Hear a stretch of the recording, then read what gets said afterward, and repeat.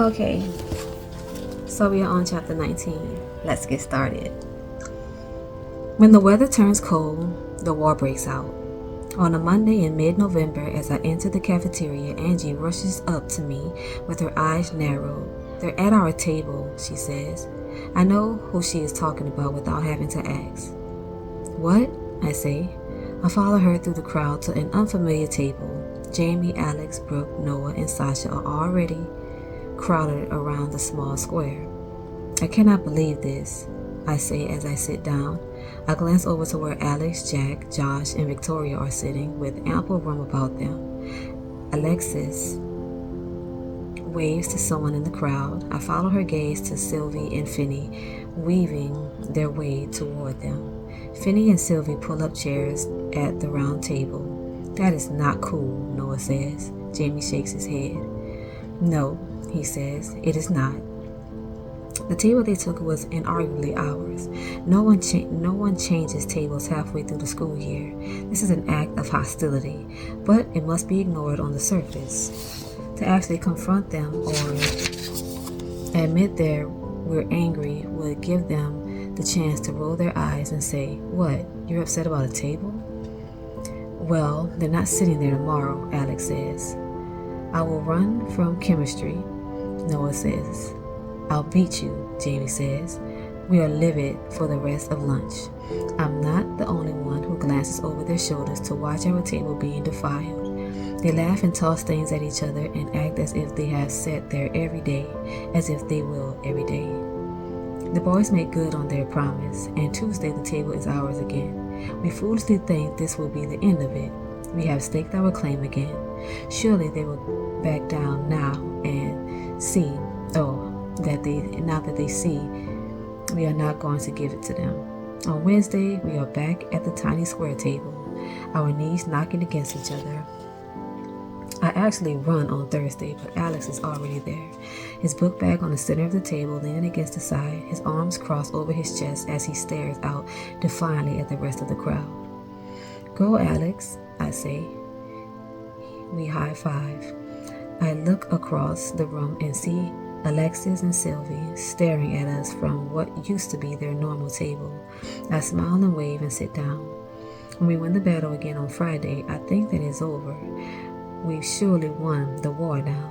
They cannot possibly have the gall to keep this up on Monday. Next scene. They do.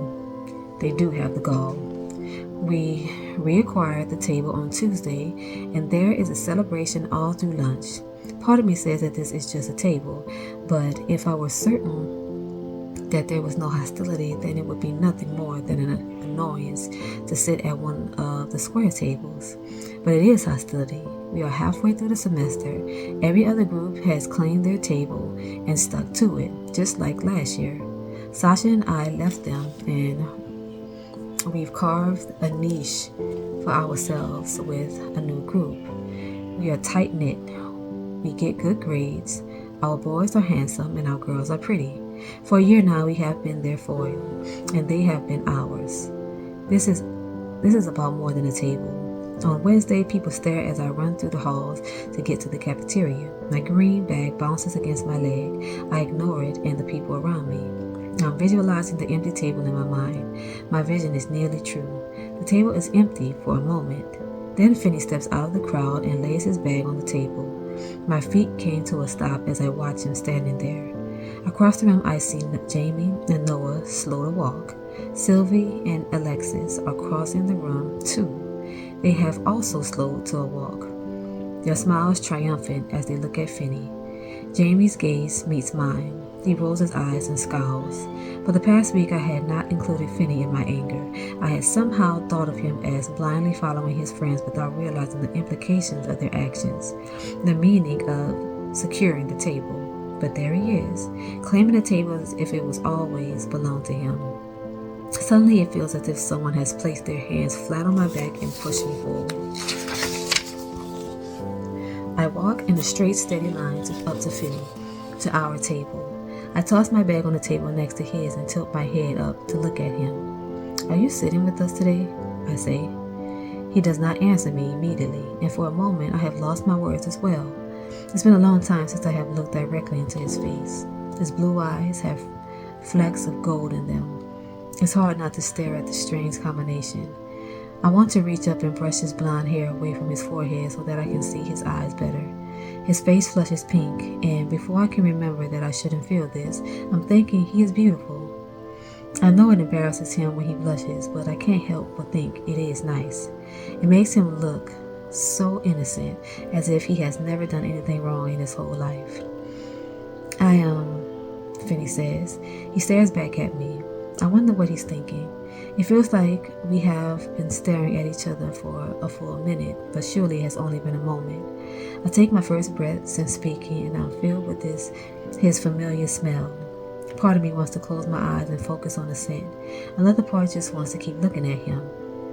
Sylvie asked me to save us a table, he says. Her name breaks my trance. I pull out a chair and sit down. Oh well, I say. This is where we usually sit. Jamie comes up behind me and pulls up a chair. Hey, pretty girl, he says. How's your day going? Okay, I say. Noah sits down on the other side of Jamie. They both ignore Finney. Finney picks up his bag and turns away. Sylvie is only a few feet behind him, but she does not look at him as he approaches her. She looks at me, her eyes narrow. I only hold her gaze for a moment before turning back to Jamie. This is just about a table, I tell myself. It isn't anything personal. It's just a table. That's it for tonight, y'all. Good night.